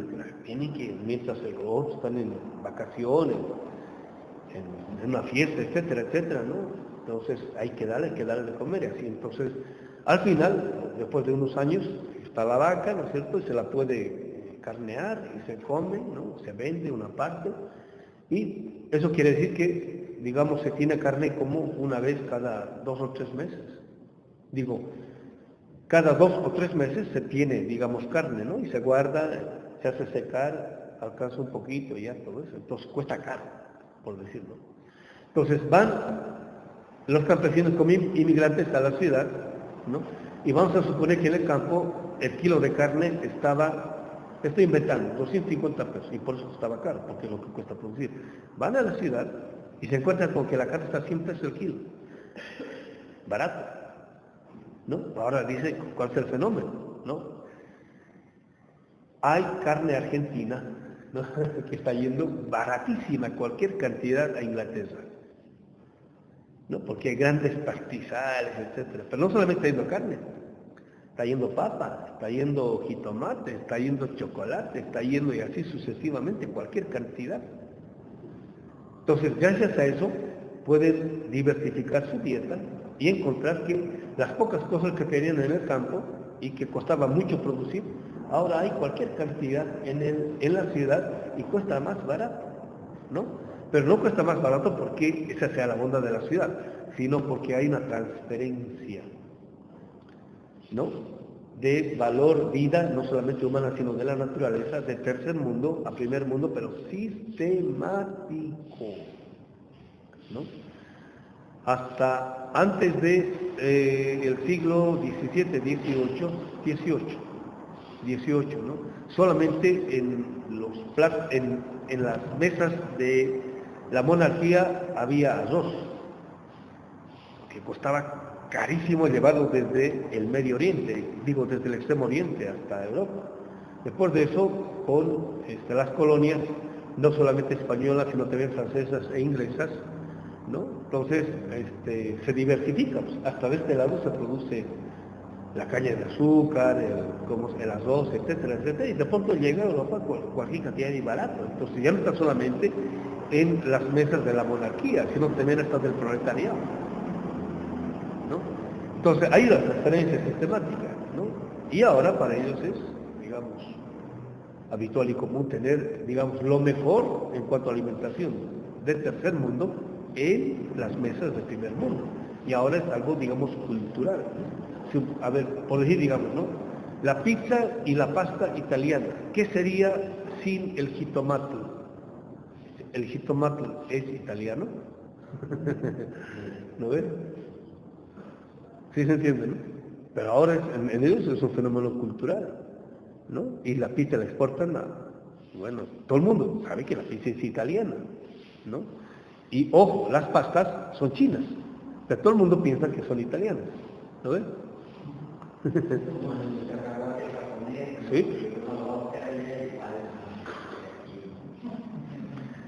Entonces, no solamente la totalidad como totalidad presupone o tiene presupuesto como determinaciones simples, sino también las determinaciones simples contienen a la totalidad en última instancia. Por eso hay una relacionalidad orgánica. Entonces, una determinación simple no es meramente simple. Es lo que se quiere decir, ¿no? En última instancia, en un mexicanito está contenida toda la historia y la cultura de México. Un mexicanito puede aparecer como determinación simple. ¿Lo ven? Pero en última instancia, ahí está contenido todo. Hoy vi en el metro una imagen así muy bonita, muy hermosa. Unos señores del campo, son campesinos, ¿no? La señora es posible que tenga 70 años, 73 años, algo así, la señora un poquito más, ¿no? Y vestidos como campesinos todos, y tomaditos de la mano los dos. Bien bonito, ¿no? Entonces uno podría decir, bueno, es esa determinación simple ahí, ¿no? Está contenido toda una cultura, pues, ¿no? Está contenido, está presupuesto, aparece como determinación simple, aparece, ¿no? Y se podría decir, en este momento estos dos cuatro los hago desaparecer y México sigue intacto, falso. Pero en él está contenido todo, sí se entiende, ¿no? Supone la población que produce determinadas condiciones, bla. Más abajo. Por eso dice, como categoría, por el contrario, el valor de cambio posee una existencia antediluviana. O sea, no solamente existe como facticidad en este tiempo histórico, sino que el valor de cambio existe desde que hay intercambio, ¿no? Que sería la determinación histórica. Por lo tanto, a la conciencia, ahí está, ¿no? Entonces, no es la conciencia en general. Está pensando en eso. Pensamiento común. ¿Sí? Como tenemos categorías, en este caso los de Hegel, ¿no? Dice Hegel, ¿no? Dice, uno de los prejuicios grandes y tremendos del marxismo, ¿no? Es que para leer a Marx hay que leer primero a Hegel. Dice, no es cierto. Dice, no. Ahora, no estamos diciendo de que antes de leer a Marx hay que leer a Hegel, ¿no? Estamos diciendo que sin Hegel está difícil entender a Marx. Aquí está el problema de la univocidad de la lógica en el siguiente sentido. Antes de entrar a la Capital tengo que leer a Hegel, ¿no? Que es lo que normalmente no hacemos, ¿no? O sea, primero leemos a Marx, y es donde descubrimos cualquier cantidad de problemas. Por eso nos vamos a Hegel. ¿Sí se entiende? ¿No? Y después de eso volvemos a Marx y podemos entender otro tipo de cosas, ¿no? Y es esto. Por tanto, a la conciencia, nos está hablando de eso, ¿no? A la conciencia, al entendimiento, al pensamiento común, eso está diciendo, ¿no? A la conciencia, para la cual el pensamiento conceptivo es el hombre real, y por consiguiente el mundo pensado es como tal la única realidad,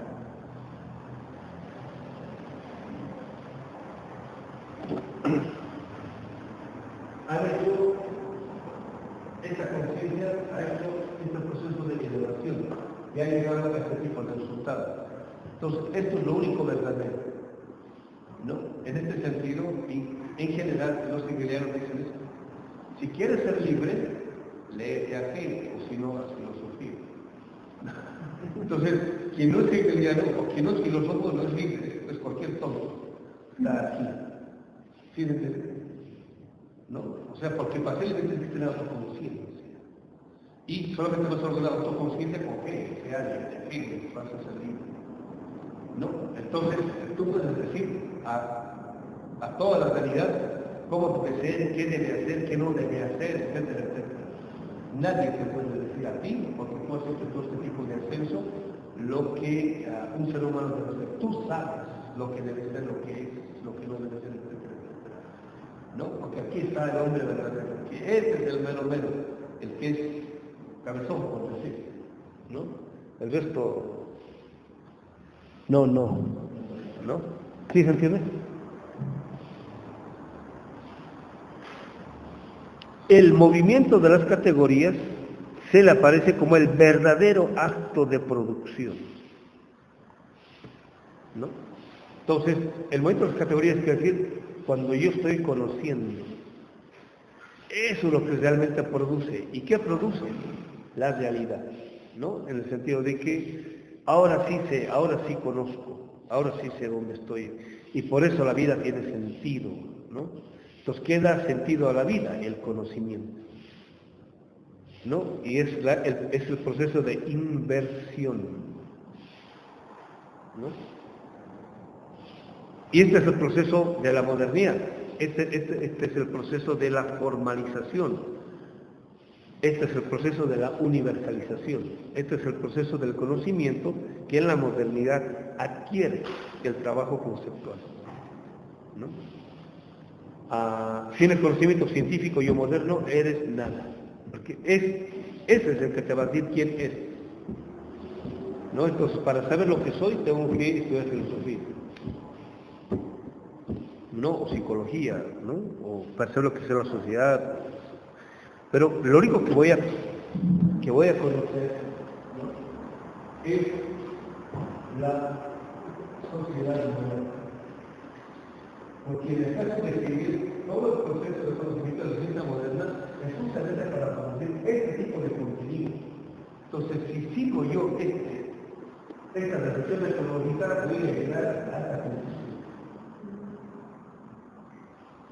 ¿Sí se entiende? ¿No? Por eso es que la gente en general, cuanto más ciencia y filosofía moderna estudian, más modernos son. No hay un criterio para el cual puedan desmarcarse de este tipo de procesos de construcción de Hegel, ¿no? Por supuesto que digo, en la fenomenología y en la ciencia analógica, ¿no? Y el problema es no solamente a qué tipo de determinación siempre arriba, sino desde qué tipo de determinación siempre hace la reconstrucción, ¿no? Entonces por eso estamos viendo, ¿no? Marx se toma en serio la determinación del dinero, ¿no? De ahí pasa a la de la mercancía, Dussel pasa a la del trabajo vivo y finalmente al valor vida humana, ¿no? Entonces, por eso la reconstrucción es distinta. Entonces, sospechas ahora van a empezar a sufrir cualquier cantidad.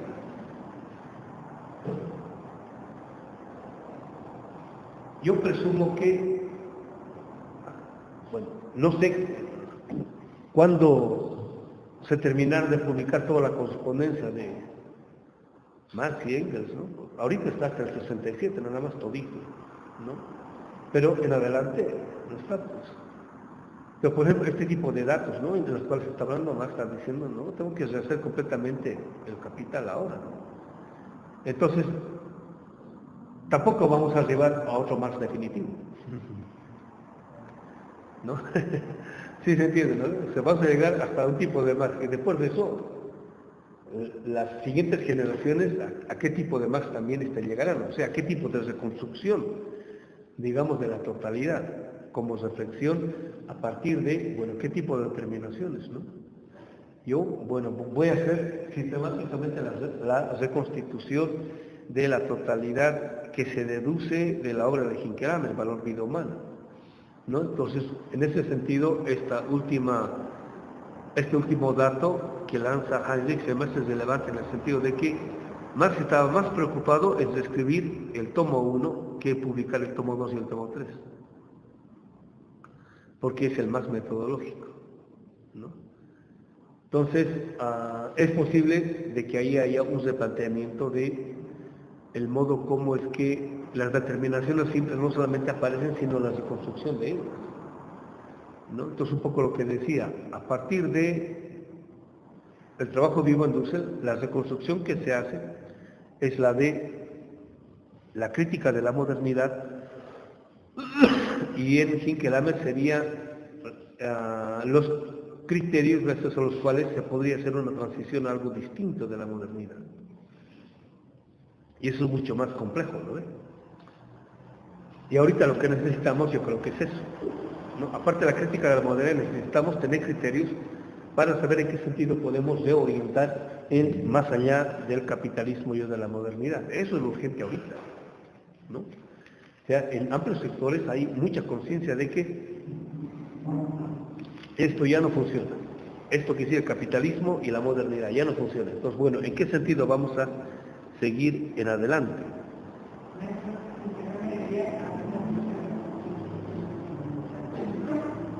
¿Perdón?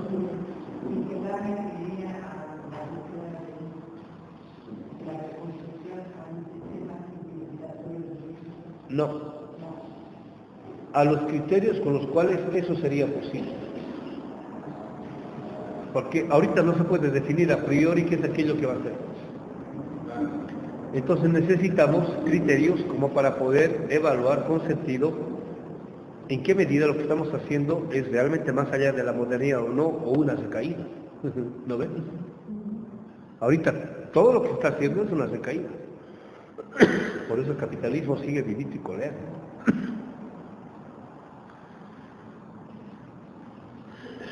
Por el contrario,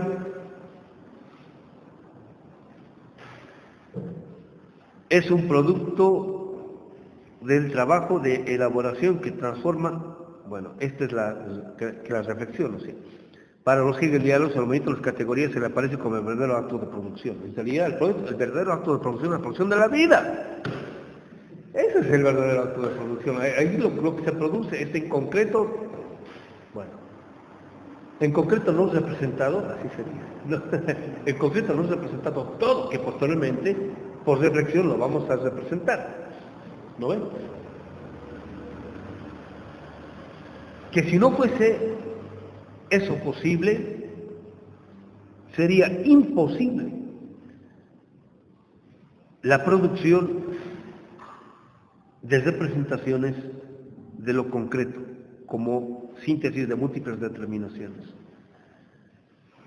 Entonces, por eso más abajo dice Marx, sino que por el contrario, la reflexión, o el pensar, o el uso de la razón, es un producto del trabajo de elaboración que transforma intuiciones y representaciones, ¿no?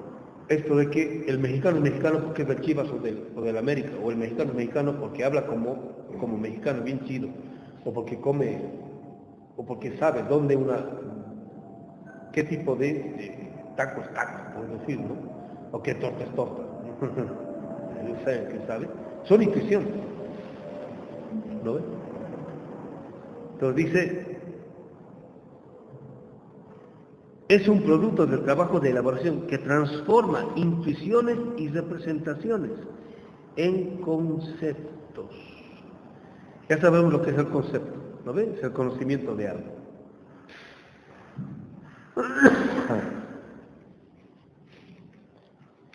Entonces, yo no creo que exista un mexicano que nunca ha comido un taco. Aunque sea Taco Bell, pero ha comido.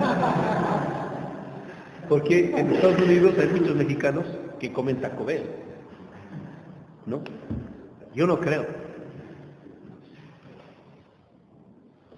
Yo no creo que exista un mexicano que no sepa lo que significa la palabra chido, ¿no?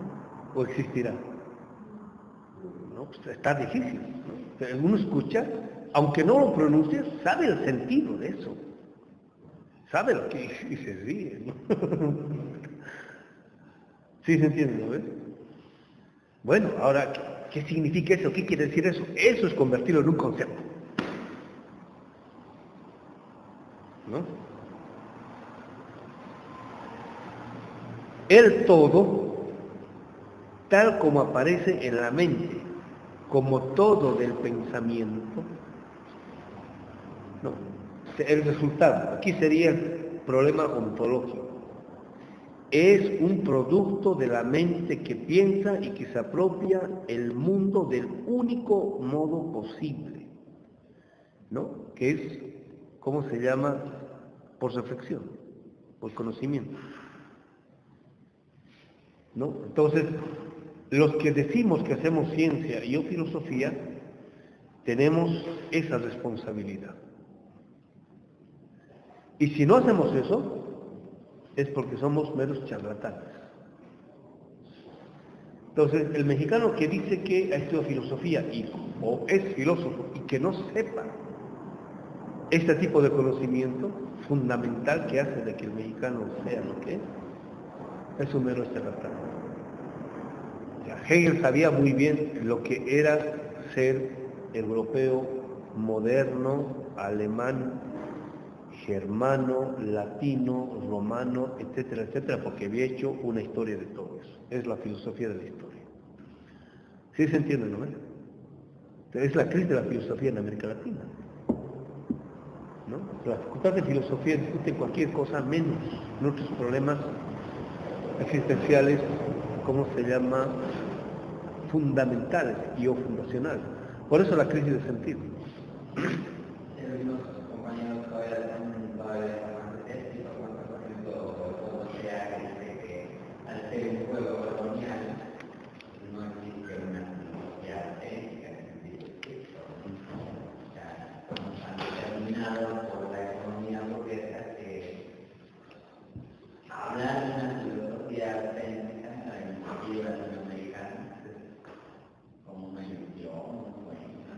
Ahora, vuelvo yo al siguiente problema, ¿no? En el sentido de que, bueno, no hay, está bien. Pero si no hay que hacerla, pues. Eso es lo que yo digo. Si no hay, ya está bien, hay que hacerla. Y no que por qué no hay, entonces no existe. ¿Qué es eso? ¿No? Es como cuando los niños dicen, si no hay juguete, entonces yo no juego. ¿Qué pasó? Si no hay juguetes, se los hacen los niños, se hacen los juguetes, ¿no? Entonces, si no hay que hacerlo. Y es parte del problema, es parte de la economía. En última instancia, digamos, cómo reorientar, por decir. La economía en sentido amplio, digamos, respecto de México, en sentido mundial, tiene que ver con parte de la identidad, ¿no? Y ese conocimiento no tenemos. Cuanto menos conocimiento tenemos de eso, menos sabemos qué hacer en economía y en política. Y es exactamente lo que se quiere suprimir de la educación, no solamente en México, sino en América Latina. Entonces primero han quitado la materia de ética, después la materia de filosofía, y ahora están quitando la materia de historia. Sí, en los cuadernos oficiales de la enseñanza académica primaria y secundaria ya se entiende lo que es. Bueno, el todo, tal como aparece en la mente, como todo del pensamiento, es un producto de la mente que piensa y que se apropia el mundo del único modo posible, modo que difiere de la apropiación de ese mundo en el arte, la religión, el espíritu práctico, etcétera, etcétera. Por eso la especificidad, ¿no? Me salto a la página 23. Otra vez que sigue poniendo ejemplos, ¿no? Por ejemplo, dice Hegel, Hegel tiene razón en comenzar la filosofía de derecho por la posesión, ya que constituye la relación jurídica más simple del sujeto. Se está partiendo, ¿qué es aquello que hace que una persona sea persona? ¿No? En el mundo moderno es la propiedad privada. Y eso dice, o sea, el ser humano, ¿qué es aquello que hace que el ser humano sea? La propiedad privada, ¿no? Si tienes propiedad, eres ser humano. Si no tienes propiedad, pues eres menos que humano, estás en camino de ser humano, ¿no? Entonces, otras formas de propiedad son eliminadas olímpicamente de un tajo, ¿no? Entonces dice, bueno, está empezando a tematizar otra vez, ¿no? La posesión, todavía no de la propiedad, la posesión es una determinación simple. Otra vez, es un contenido de múltiples determinaciones, por más simple que sea. Pero no existe posesión antes de la familia, o de las relaciones de dominación y servidumbre, que son relaciones mucho más concretas, mucho más complicadas. En cambio, sería justo decir que existen familias, tribus que se limitan a poseer, pero que no tienen propiedad. Pero la distinción entre propiedad y posesión, ¿no? Entonces, no toda forma de posesión tiene una relación jurídica, o deviene en una relación jurídica en el sentido del derecho moderno, ¿no? Pero el hecho de que no haya propiedad en el sentido moderno no quiere decir que no haya posesión.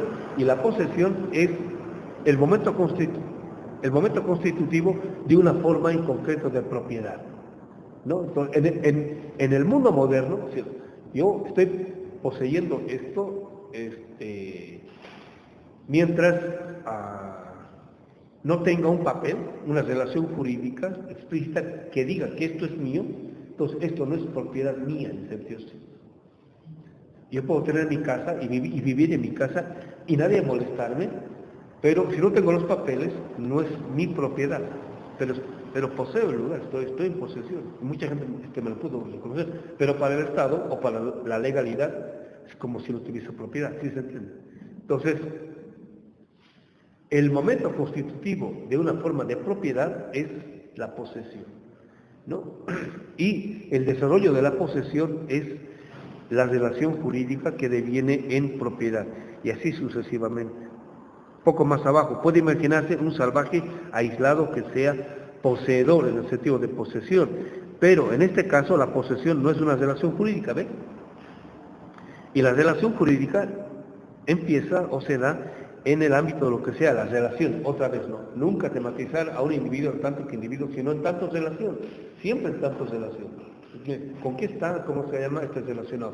Si ustedes en este momento están como alumnos, se van a sus casas, son como hijos, son como hermanos, son como padres, son como esposos, etcétera, etcétera. Están en relación. El hecho de que estén aquí como alumnos, eso no les define en esencia, ¿no? Es posible que estén aquí, digamos, 3, 4 años, después de eso van a hacer cualquier otra cosa, ¿no? Siempre es en relación. Y sigue problematizando al respecto. Al final de este párrafo, solo entonces el camino del pensamiento abstracto que se eleva de lo simple a lo complejo. Entonces, el pensamiento cuando se queda acá es abstracto. ¿Está bien? O sea, abstracto no quiere decir que no se entiende. ¿No ven? Está muy abstracto, es decir, no se entiende. El pensamiento abstracto es el pensamiento que se queda acá. Eso quiere decir. O sea, con determinación simple sin relacionalidad. Entonces, el pensamiento abstracto tiene sentido cuando se eleva al pensamiento concreto. Dice, solo entonces el camino del pensamiento abstracto que se eleva de lo simple a lo complejo podría corresponder al proceso histórico real. Ahora, por eso es que en este tercer montaje, voy a cambiar se junto muchas determinaciones. Estas otras determinaciones que son parte constitutivas tienen su propia historia, o sea, su propia totalidad,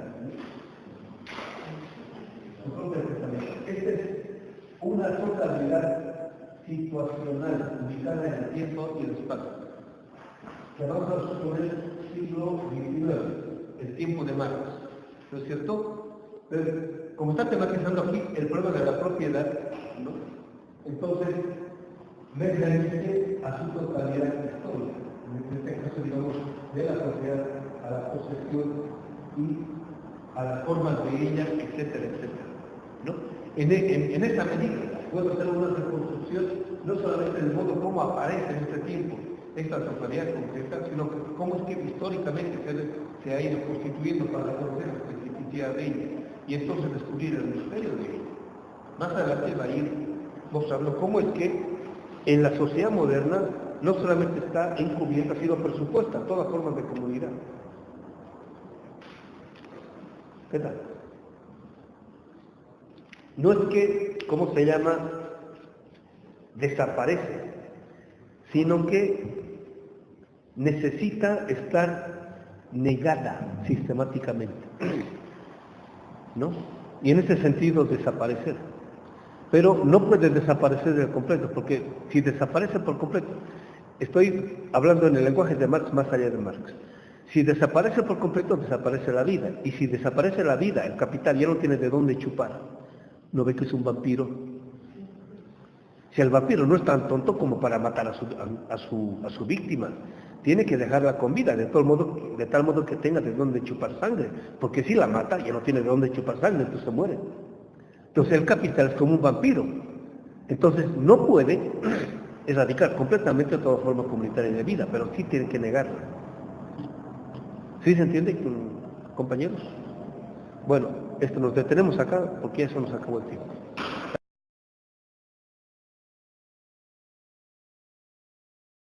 Que es lo que había publicado. Y después de la primera edición se hace la segunda edición, el 1873, ¿no? Entre 1873 y 1881 está pensando rehacer de nuevo el tomo 1 del Capital. ¿Ya se quedó? ¿Qué tal? ¿No? Entonces, esas cartas hay que, y por eso le digo, ¿no?, sistemáticamente están publicadas las cartas en el Mega hasta 1867.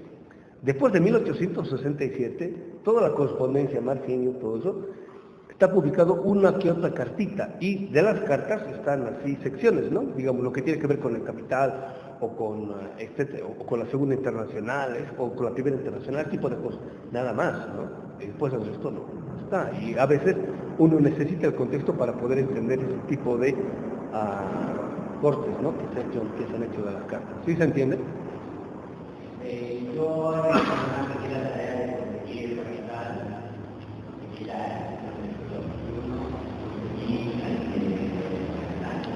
¿La de qué? ¿En físico o en...?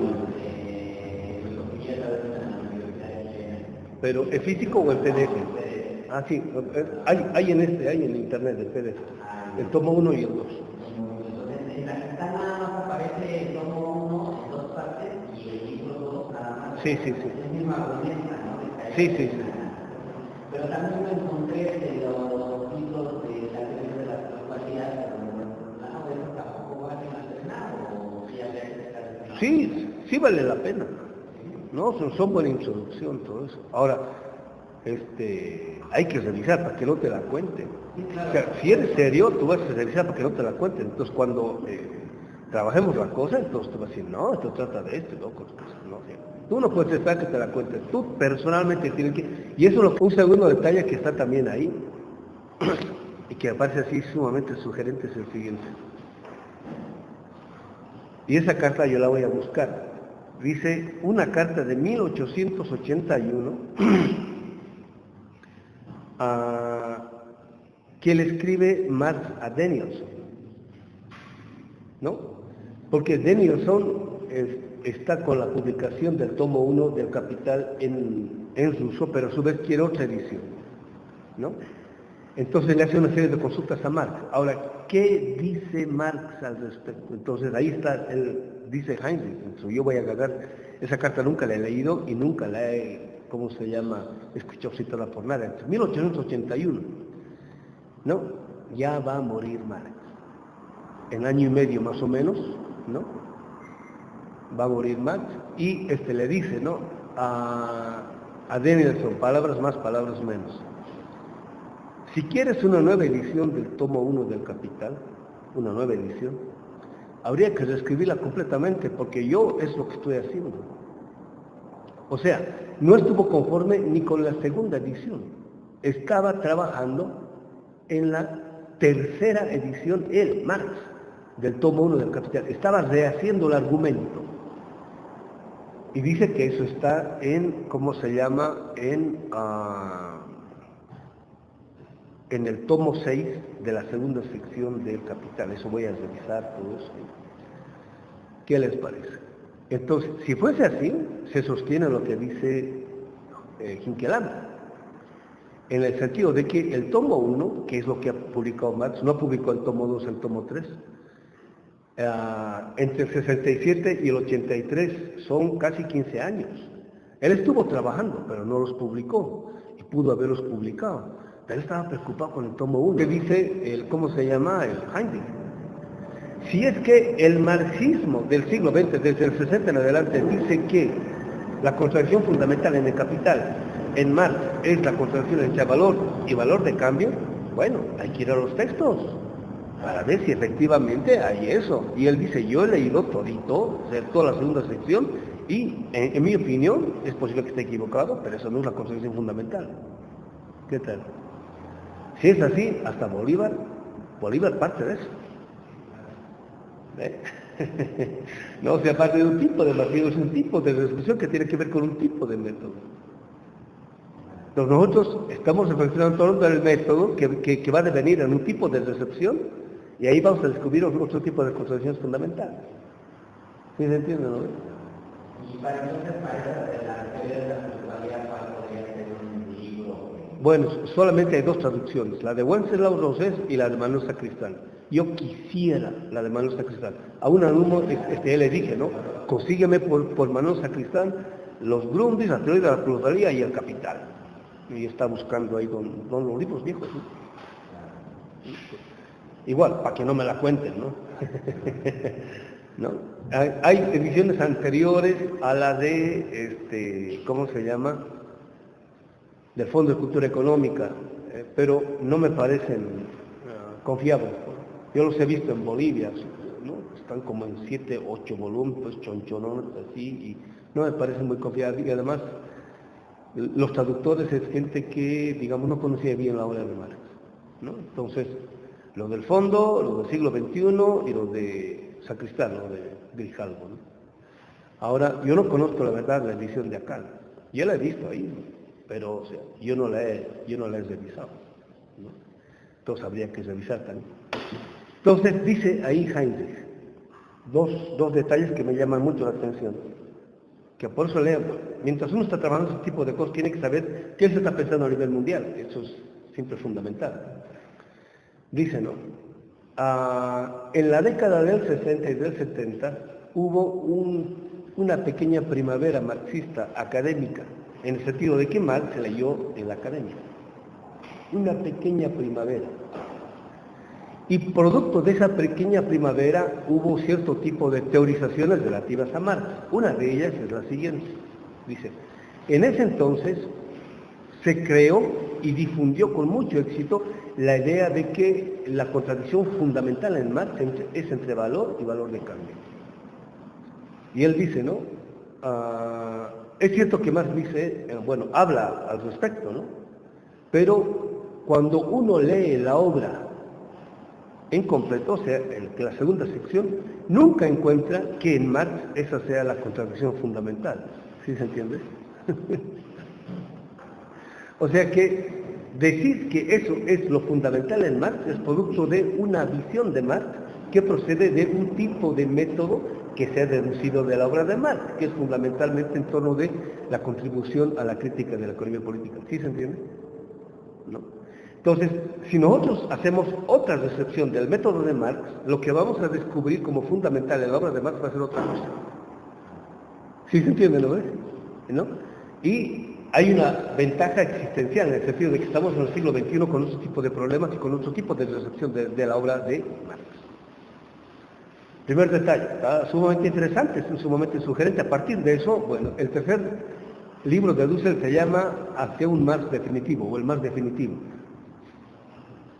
Parece que todavía eso no hay, ¿no?